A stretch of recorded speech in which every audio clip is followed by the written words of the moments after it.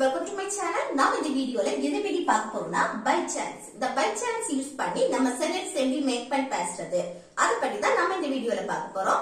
Okay friends, வீடியோக்குள்ள போறதுக்கு முன்னாடி நம்ம சேனலை ஃபர்ஸ்ட் டைம் பாக்குறீங்கன்னா subscribe பண்ணுங்க. இந்த வீடியோ உங்களுக்கு பிடிச்சிருந்தா லைக் பண்ணுங்க.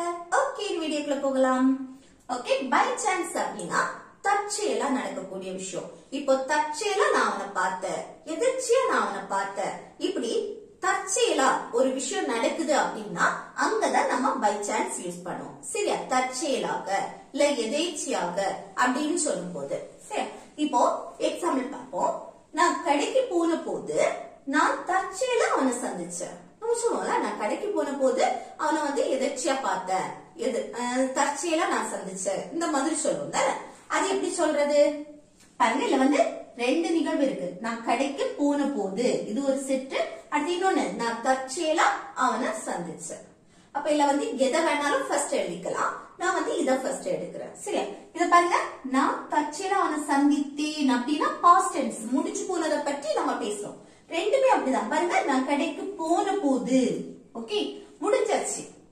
அப்போ சிம்பிள் பாஸ்ட் டென்ஸ் படி நம்ம சொல்றோம். அப்ப எப்படி எழுதணும்? First subject.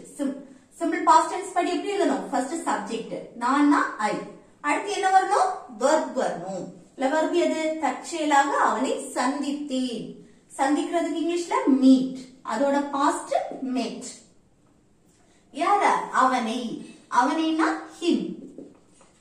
ஓகே, அடுத்து தற்செயலாக. இது வந்து இந்த சென்டென்ஸோட லாஸ்ட் போட்டுக்கலாம். தற்செயலாக அப்படின்னா பை சான்ஸ். ஓகே, அப்போ நான் தற்செயலா அவனை சந்திச்சேன் அப்படின்னு சொல்றதுக்கு I met him by chance. I met him by chance. Next, எப்போ? நான் கடைக்கு போன போது. அந்த போது எந்த நிகழ்வு கூட வருதோ அந்த நிகழ்வை எழுதுறதுக்கு முன்னாடி அந்த போது எழுதணும். போதுன்னா என்ன சொல்லுவோம்? when. when. அடுத்து என்ன வரணும்? சப்ஜெக்ட். இது வந்து என்னது? பாஸ்ட் டென்ஸ், முடிச்சு போறத பத்தி பேசுறோம். சிம்பிள் பாஸ்ட் டென்ஸ் படி எப்படி எழுதணும்? ஃபர்ஸ்ட் சப்ஜெக்ட் நான்னா ஐ, அடுத்து என்ன வரணும்? வெர்ப். வெர்ப் எது? கடைக்கு போன போது, போகக்கூடிய செயல். போறதுக்கு இங்கிலீஷ்ல go, அதோட பாஸ்ட் went. அடுத்து எங்க? கடைக்கு.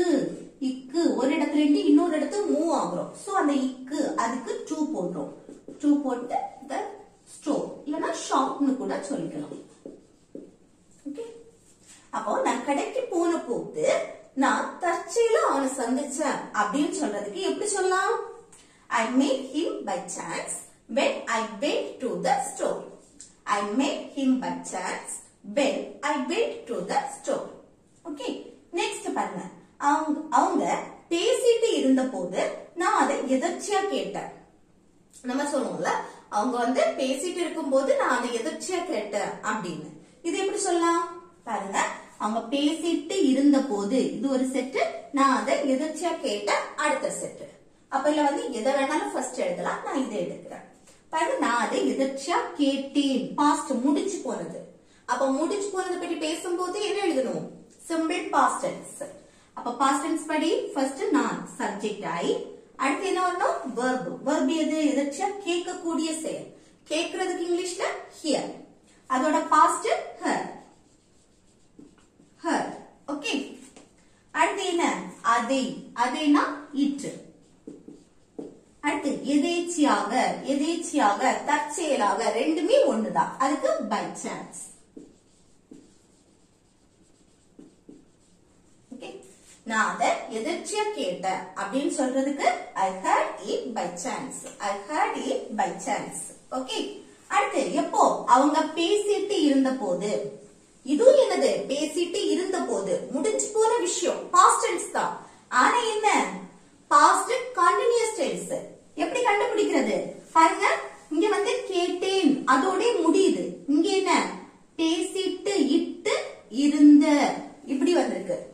அந்த பேசிட்டு இருந்த, கேட்டுட்டு இருந்த, தூங்கிட்டு இருந்த, தூங்கி கொண்டு இருந்த, அந்த கொண்டுக்கு தான் நம்ம இட்டு, அப்படி பேச்சு வாக்குல இட்டு. ஓகே, பேசிட்டு, தூங்கிட்டு, அடுத்து சாப்பிட்டுட்டு, சமைச்சிட்டு, இந்த மாதிரி சொல்லுவோம். அப்ப அந்த இட்டு பேசிட்டு இருந்த அப்படின்னு வந்தாலே அது என்னது? பாஸ்ட் டென்ஸ், அதுவும் கண்டினியூஸ். ஓகே, பாஸ்ட் டென்ஸ்ல கண்டினியூஸா நடந்த செயல். அப்ப past continuous tense. Tense. Okay, ஆனா வெர்போட முடியுது பாருங்க. கேட்டேன், தூங்கினேன், சாப்பிட்டேன், அப்படி அந்த போன வந்து இப்படி எல்லாம் சொன்னோம்னா அது பாஸ்ட் டென்ஸ். அப்ப சிம்பிள் பாஸ்ட் டென்ஸ். ஓகே, அந்த வெர்போட முடியுது அப்படின்னா அது சிம்பிள் பாஸ்ட் டென்ஸ்.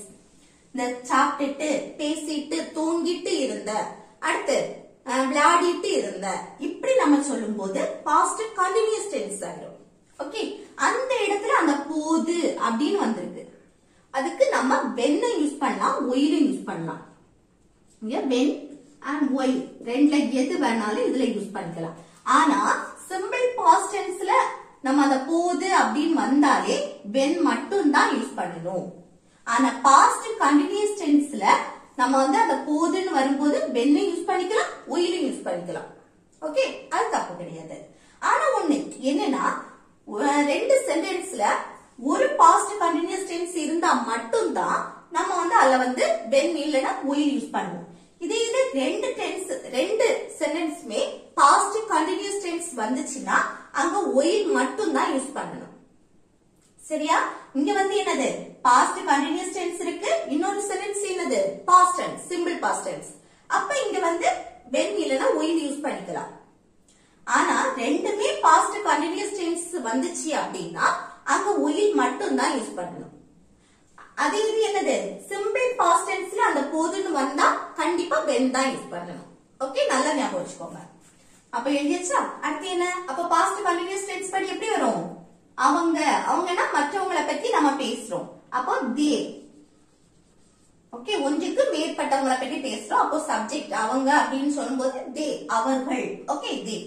அடுத்து என்ன வரணும், பாஸ்ட் கண்டினியூஸ் டென்ஸ்க்கு சப்ஜெக்ட்டுக்கு அடுத்து the be verb சேர்ப்போம். was இல்லனா were வரும்.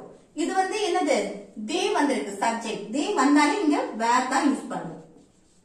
அடுத்து verb ing ஃபார்ம்ல இருக்கும். பேசிட்டு, அப்ப பேசுறதுக்கு இங்கிலீஷ்ல talk கூட ing. ஓகே, அப்போ அவங்க பேசிட்டு இருந்த போது நான் அதை எதர்ச்சியா கேட்டேன் அப்படின்னு சொல்றதுக்கு எப்படி சொல்லலாம், I heard it by chance when இல்லனா why. Okay, they were talking. Okay, I heard it by chance while they were talking.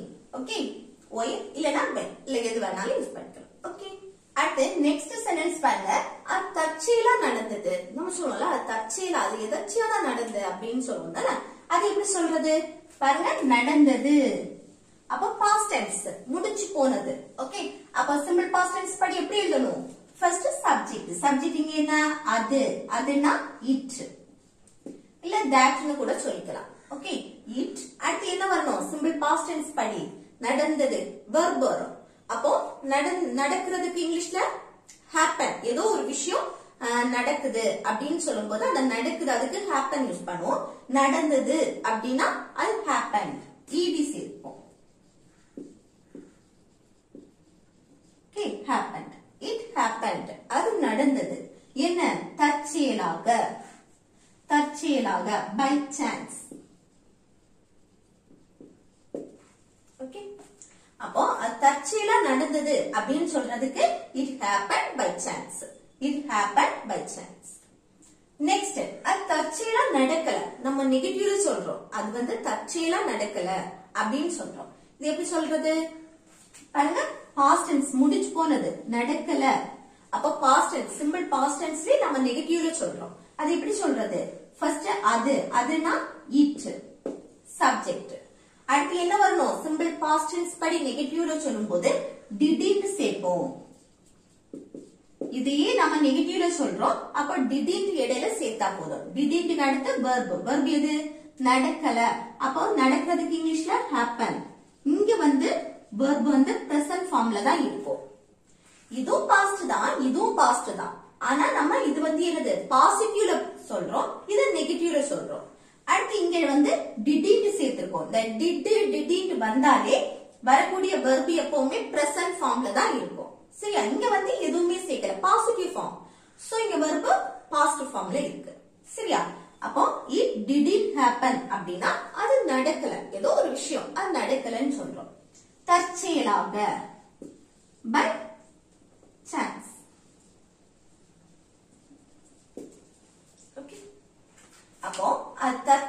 நடக்கல அப்படின்னு சொல்றதுக்கு it didn't happen by chance. It didn't happen by chance. Okay.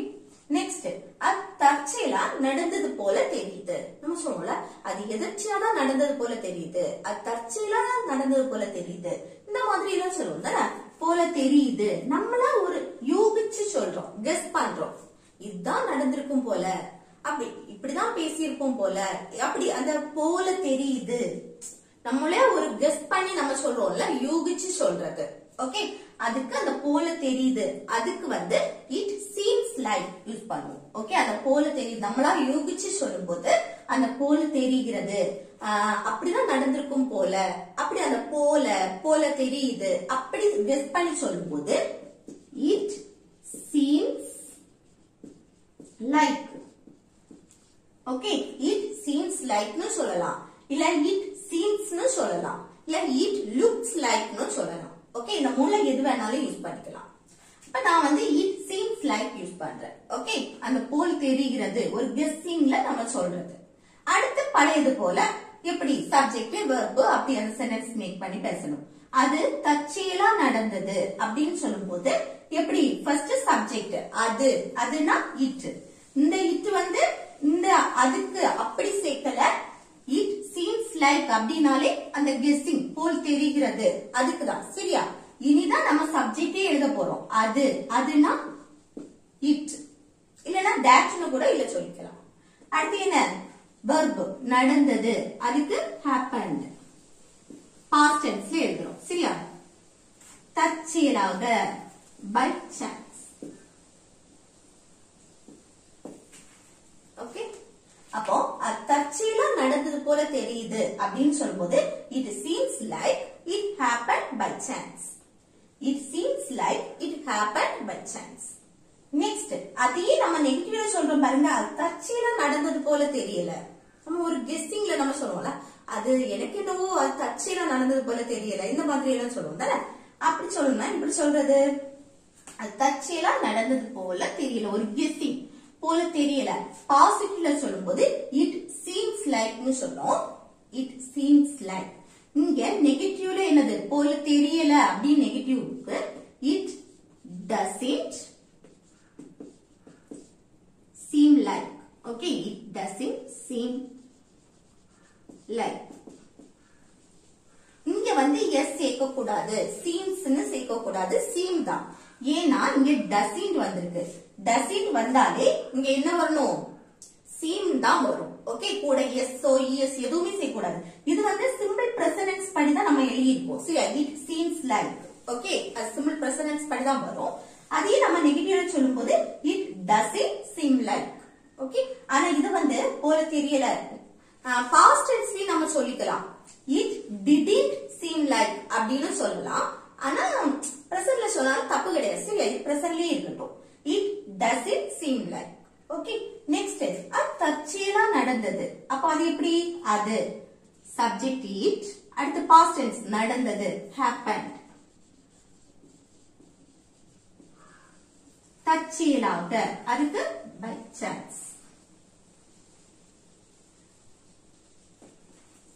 Okay, அப்போ அது தற்செயலா நடந்தது போல தெரியல அப்படின்னு சொல்றதுக்கு it doesn't seem like it happened by chance.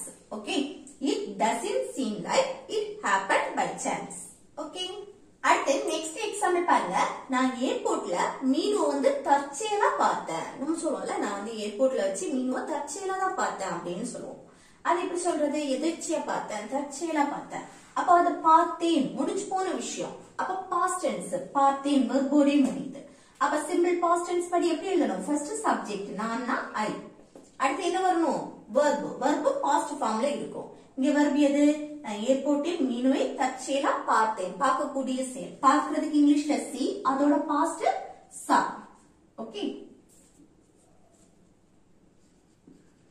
அடுத்து யார் பார்த்தேன், மீனுவை, மீனுவைன்னு சொல்லும் போது நேம் தான். ஓகே, மீனு, இது வந்து ஆப்ஜெக்ட். சரியா, ஃபர்ஸ்ட் சப்ஜெக்ட், அடுத்து வந்து வெர்ப் இருக்கு, அடுத்து ஆப்ஜெக்ட் வந்திருக்கு. அதுக்கு அடுத்து வந்து என்னன்னா ஏர்போர்ட்டில் எழுதணுமா, இந்த பிளேஸ் எழுதணுமா, இல்ல தற்செயலா எழுதணுமா, தற்செயலா எழுதுவோம். சரியா, இது எழுதுவோம். தற்செயலா, by chance. அதுக்கு அடுத்து ஒரு பிளேஸ் நீங்க வந்து மென்ஷன் பண்ண சொல்றீங்கன்னா அதுக்கு அடுத்து லாஸ்ட் எழுதலாம். ஏர்போர்ட்டில், ஏர்போர்ட்னா ஒரு குறிப்பிட்ட இடத்தை நம்ம மென்ஷன் பண்றோம். இந்த ஏர்போர்ட்டா இருக்கட்டும், இல்ல ஹாஸ்பிட்டலா இருக்கட்டும், பஸ் ஸ்டாப்பா இருக்கட்டும், பார்க்கா இருக்கட்டும், இப்படி ஒரு குறிப்பிட்ட இடத்தை நீங்க வந்து மென்ஷன் பண்ணி சொல்றீங்கன்னா அதுக்கு முன்னாடி at யூஸ் பண்ணணும். சரியா? at the airport. ஓகே. அப்போ நான் ஏர்போர்ட்ல மீனு வந்து தற்செயலா பார்த்தேன் அப்படின்னு சொல்றதுக்கு எப்படி சொல்லலாம்? I saw Meenu by chance at the airport. Okay, I saw Meenu by chance at the airport. Next பாருங்க, அது தற்செயலா என் மேல விழுந்தது. யாருமே தள்ளி போடல, தற்செயலா தான் என் மேல விழுந்து, அது தற்செயலா தான் என் மேல பட்டு, இந்த மாதிரி எல்லாம் சொல்லுவோம் தானே. அப்ப அது எப்படி சொல்றது? என் மேல் விழுந்தது, பாஸ்ட் டென்ஸ் முடிஞ்சு போனதை பத்தி பேசுறோம். அப்ப சிம்பிள் பாஸ்ட் டென்ஸ் படி எப்படி எழுதணும்? ஃபர்ஸ்ட் சப்ஜெக்ட், அது ஏதோ ஒரு பொருள், அப்போ இட். அடுத்து verb, விழுந்தது, விழுறதுக்கு இங்கிலீஷ்ல fall, அதோட past fell. ஓகே. அடுத்து யார் மேல? என் மேல். ஓகே, என்னோட மேல அப்படின்னு சொல்லும்போது on போட்டுட்டு அடுத்து என்னை மென்ஷன் பண்ணும்போது me. ஓகே. அதே இது அது தற்செயலா உன் மேல விழுந்தது அப்படின்னு சொல்லும்போது உன்மேல் அப்படின்னா on you இங்க வரும். இது வந்து ஆப்ஜெக்ட் தான். சரியா? ஆப்ஜெக்ட்டுக்கும் நம்ம யூ தான் சொல்லுவோம், சப்ஜெக்ட்டுக்கும் யூ தான் வரும். அப்போ ஆன் யூ போடணும். ஓகே. யார் மேல அப்படின்னு சொல்லும்போது அந்த ஆப்ஜெக்ட் இல்ல போட்டா போதும். ஆன் போட்டு அடுத்து தற்செயலாக, பை சான்ஸ்.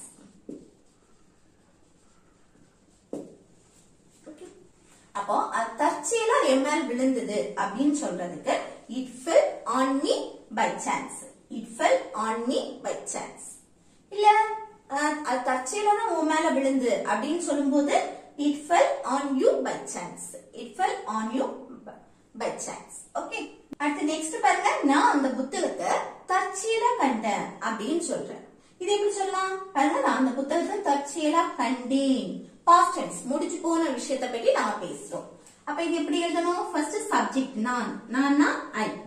அடுத்து என்ன வரணும்? verb. verb எது? தற்செயலா கண்டேன். இப்போ ஒரு புக் வந்து ஆல்ரெடி தொலைச்சிருக்கோம், அது வந்து நம்ம எதிர்ச்சியா தற்செயலா நம்ம திரும்ப கண்டோம், கண்டுபிடிச்ச, இந்த மாதிரி சொல்லும் போது அதுக்கு ஃபவுண்ட். ஓகே. தொலைஞ்சு போன ஒண்ணு திரும்ப வந்து கிடைச்சி அப்படின்னு சொல்றது, கண்டுபிடிச்ச, கண்ட அப்படின்னு சொன்னா ஃபவுண்ட். அடுத்து என்ன வரணும்? அந்த புத்தகத்தை, ஆப்ஜெக்ட். That book. அடுத்து தற்செயலாக, பை சான்ஸ். ஓகே. அப்போ நான் அந்த புத்தகத்தை வந்து தற்செயலா கண்டேன் அப்படின்னு சொல்றதுக்கு I found that book by chance. I found that book by chance. Okay. அடுத்து நெக்ஸ்ட் பாருங்க, அவன் தற்செயலா வந்தது போல தெரியல. நம்ம சொல்லுவோம்ல, எனக்கு இன்னும் அவன் தற்செயலா வந்தது போல தெரியல, இந்த மாதிரி எல்லாம் சொல்லுவோம் தானே. அது எப்படி சொல்றது? வந்தது போல தெரியல, ஒரு கெஸ்ஸிங் தான். சரியா? அப்போ இது எப்படி சொல்றதுன்னு கமெண்ட் பாக்ஸ்ல கமெண்ட் பண்ணுங்க. ஓகே ஃப்ரெண்ட்ஸ், இந்த வீடியோ உங்களுக்கு யூஸ்ஃபுல்லா இருக்குன்னு நினைக்கிறேன். யூஸ்ஃபுல்லா இருந்துச்சுன்னா இந்த வீடியோக்கு லைக் பண்ணுங்க, உங்க ஃப்ரெண்ட்ஸ்க்கு ஷேர் பண்ணுங்க.